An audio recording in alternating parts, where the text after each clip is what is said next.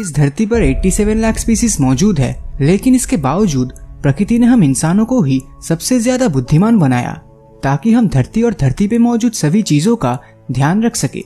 लेकिन हम इंसानों ने इसकी कदर नहीं की और हमेशा धरती को नुकसान ही पहुंचाया है। पर आज के इस माहौल को देखकर ऐसा लग रहा है कि धरती हमसे हमारे सभी कामों का बदला ले रही हो, और ऐसा लगना भी लाजमी है क्योंकि इस वायरस की वजह से हम इंसानों को तो प्रॉब्लम हो रही है, पर वही दूसरी तरफ हमारी धरती इसके कारण बहुत ही तेजी से हील करने लगी है।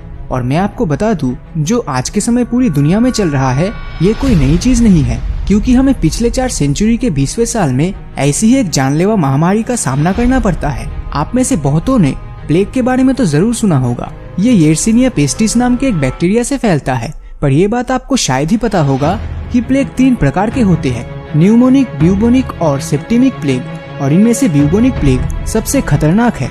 इससे इन्फेक्टेड इंसान को बुखार और उल्टियाँ जैसी सिम्टम्स देखने को मिलता है। साथ ही विक्टिम का लिम्फेटिक सिस्टम भी फेल हो जाता है, और यही सिस्टम शरीर में एंटर कर रहे अनवांटेड फॉरेन पार्टिकल्स को रोकता है। साथ ही हमारी बॉडी में मौजूद कैंसर सेल्स को ये डेवलप होने नहीं देता।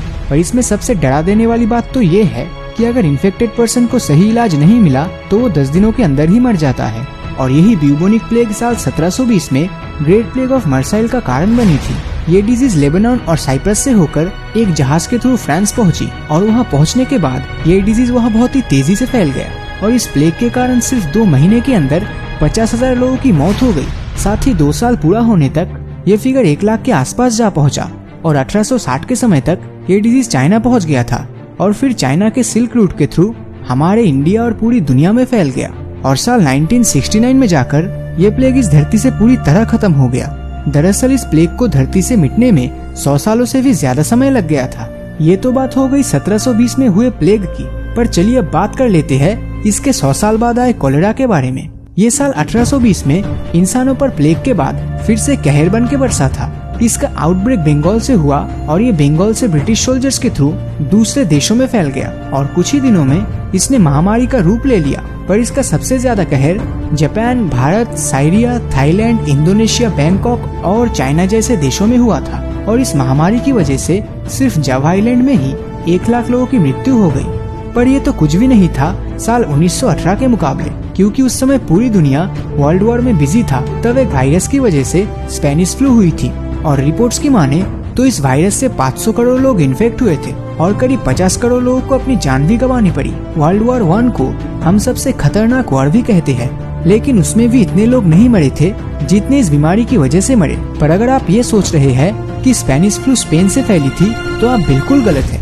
दरअसल ये वायरस ब्रिटिश हॉस्पिटल से निकली थी, जहाँ पर रोजाना 1 लाख जवान डेली चेकअप के लिए आते थे, और फिर जब वो दूसरे कंट्रीज में जाते थे तब उनके साथ साथ ये रोग भी उस देश में चला जाता था, जिस वजह से ये पूरी दुनिया में फैल गया। पर एक चौंका देने वाली बात ये है कि चाइना के लोगों में इस बीमारी का ज्यादा असर देखने नहीं मिला, जिस कारण बहुत सारे देश आज तक ये मानते हैं कि इस महामारी के पीछे चाइना का हाथ है। पर अब तक हमें उनके खिलाफ कोई पुख्ता सबूत नहीं मिल पाया है। और अब आते हैं हमारे वर्तमान यानी साल 2020 में, जिसके बारे में शायद मुझे आपको ज्यादा कुछ बताने की जरूरत नहीं है। कोरोना वायरस चाइना के यूहान शहर से शुरू हुई, और इससे अब तक 1,80,000 से ज्यादा लोगों की जाने जा चुकी है। पर सबसे ज्यादा डरा देने वाली बात तो ये है कि हमारे कुछ साइंटिस्ट मानते हैं इसके एंटीडोट आने में इस साल के अंत तक का समय लग जाएगा, और अगर हम प्रॉपरली सोशल डिस्टेंसिंग का पालन नहीं करते हैं तो इसका नतीजा साल 1920 में हुए महामारी के जैसा होगा। जैसे कि वो पुरानी कहावत तो आपने सुनी ही होगी कि हिस्ट्री रिपीट इटसेल्फ। अच्छा, एक बात तो मैं आपसे पूछना ही भूल गया